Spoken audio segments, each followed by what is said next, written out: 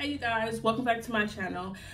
It has been a long time. When I say a long time, it's been a couple months since I posted a video. So much has changed in the past like 6 months to a year. It seems like every time I get in a groove of getting on YouTube and making my videos and things like that, there's always something happening, and this time it was no different.